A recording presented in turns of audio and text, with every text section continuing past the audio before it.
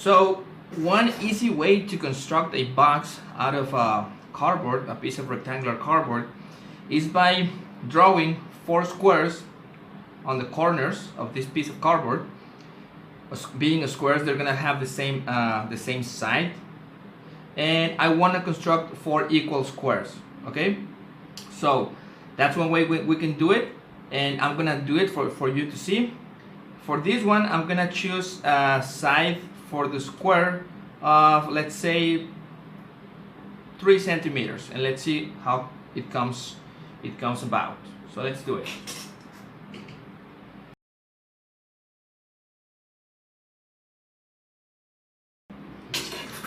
So there it is. These are the squares.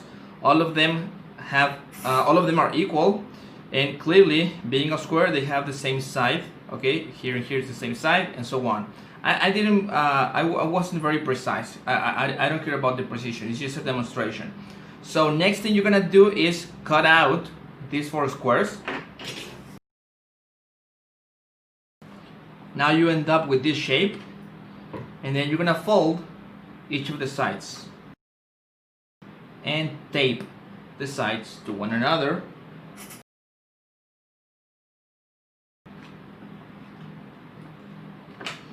And there you go. You end up with a box, okay, and which has, of course, certain volume, right? Okay, so this is the main idea. Now I could have done I could have drawn some other type of squares, right, in regards to the sides. For example, I could have drawn squares of side 4 centimeters. I could have done the same process and come up with a different box. Now, I could do this forever, and the question is this: in what way, or better, what should the side of these squares be? Like this side, if we call it x, what should x be in order for my resulting product, my resulting box, to have maximum volume? Okay, that is the question. It's one more time, it's a problem of maximization of a certain quantity. I want to maximize the volume of my box, and this is obviously applicable to economics. Again, one more time, imagine you have a store and you will need to store, you have a company or something, and you want to store products in boxes. Okay, so you have these cardboard pieces of paper, and you want to construct boxes, but you want to be able to put as much product as you can in such boxes. So you are interested in maximizing the volume of this object. How do we do that analytically? Because of course I'm not going to spend my whole life drawing squares and trying to come up with better volumes by trial and error, right? That is not the way of mathematics. I mean, it could be done, but it's not very smart. So let's see how to do that analytically. So what is the smart way to solve the problem of the box? It's this one. Okay, let's have my piece of cardboard, rectangular. There it is. Remember, we want to cut out 4 squares from the corners, like so. And by the way, let me give dimensions to my original piece of cardboard. Let's suppose that all of this is 10 centimeters, and this one is 6 centimeters. I'm just making up numbers, okay? Okay, so I'm gonna cut out my squares of sides x. So this is x, x, x, x, and so on. Okay, so let's suppose we cut them out, and the end product will be this shape.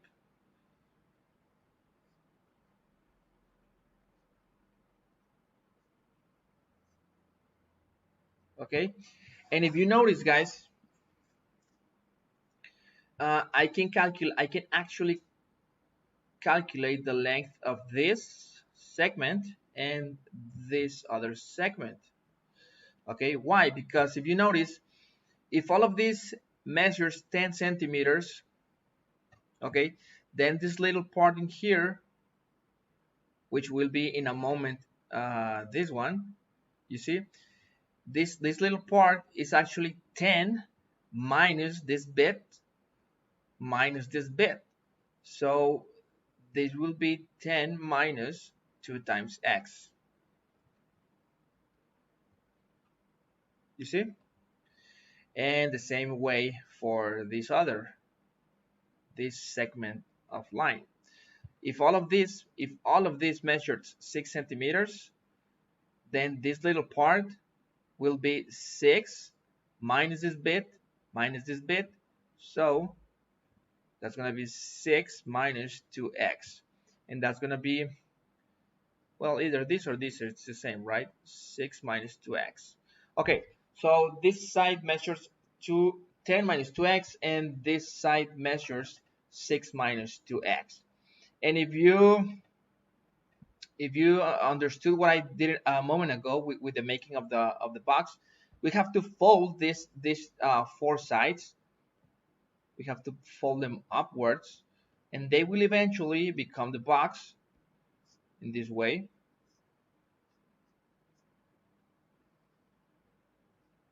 Like so.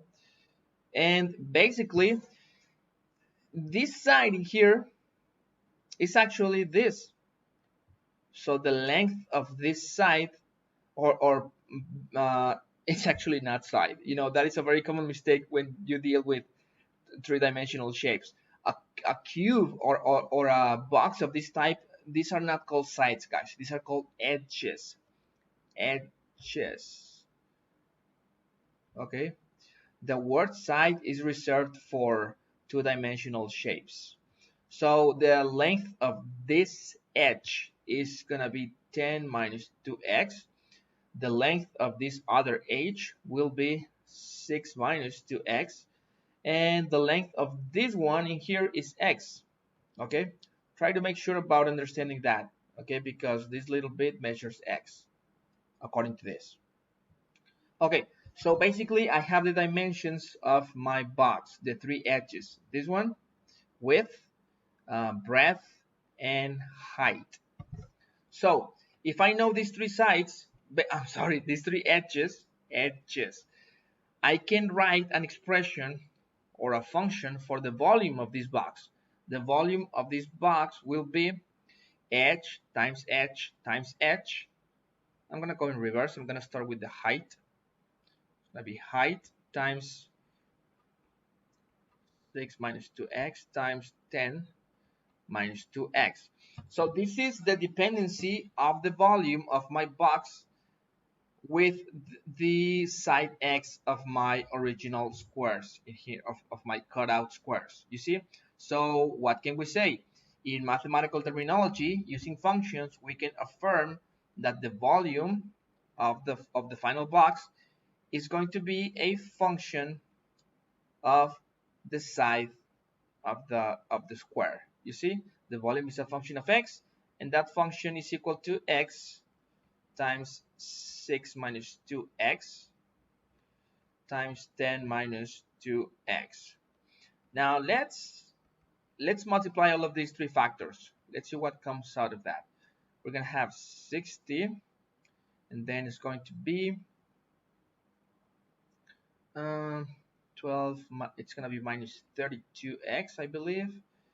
Minus 20, yes, that's right.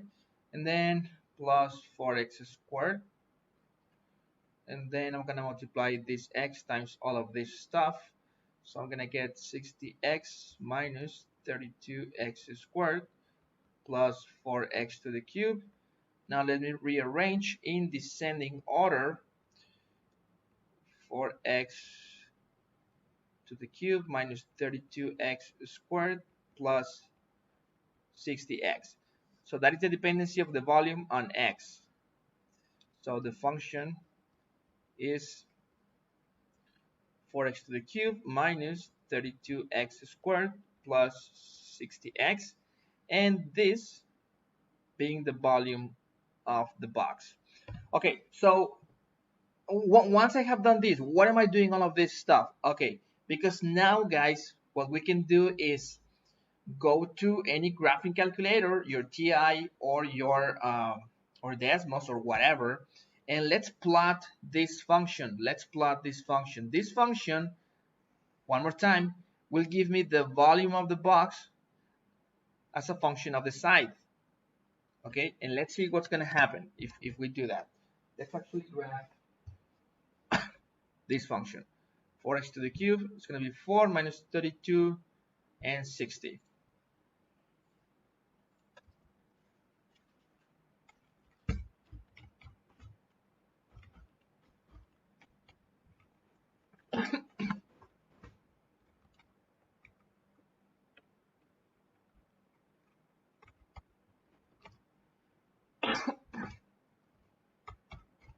Okay, so there you have it. Let me confirm. 4x to the cube minus 32. Okay, yes, we're correct. Okay, so look at the graph, guys. Look at the graph. Let's analyze the graph and solve the question. The question was, for what x do I get maximum volume? And remember, this is the axis for the x, for the value of the side of those little squares that I'm cutting out. And this axis represents the volume of the final box. And if you can see, if you can notice, we have this behavior. Look, when x grows, when x starts to grow, okay, the volume grows until finally reaching an apex or a vertex, so to speak. You see, at that point we get the maximum volume. You see, for a value of x equal to 1.214, or okay, we get a maximum volume for the box of 32 cubic units.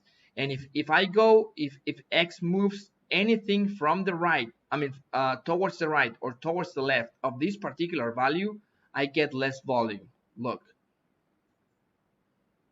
you see, I'm getting less volume. This is the value of x for which I get the maximum volume. Okay, and I want you to analyze. I mean, you may be asking, well, what about these points, right? What about all of this part of the graph? Well, this part, starting from this point to the right, the graph is completely meaningless, guys. Okay, why?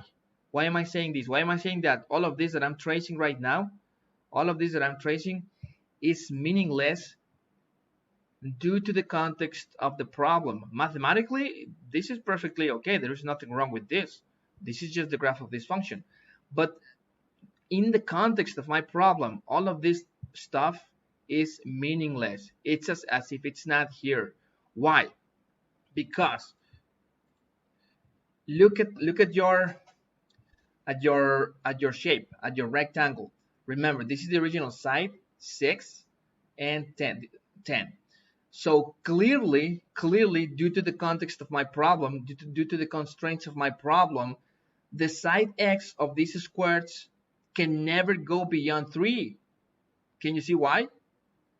Because once I go down to 3, basically what I will be having is this. I mean, you have your rectangle, all of this thing is 6. So if I draw four rectangles of side 3, I will be doing like, this is one of them, this is the other, this is the other, and this is the other.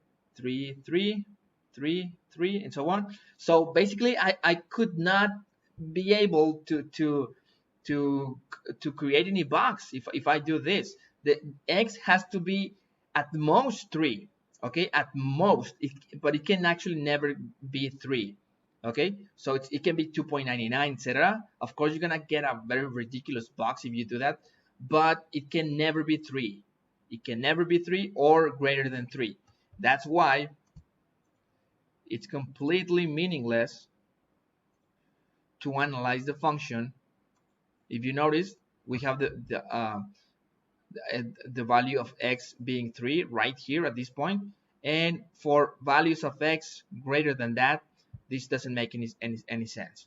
Okay, so in my range of of availability, which is from 0, from x equals to 0 to x equals to 3, the one value that gives me the most volume is right here, and it's 1.214.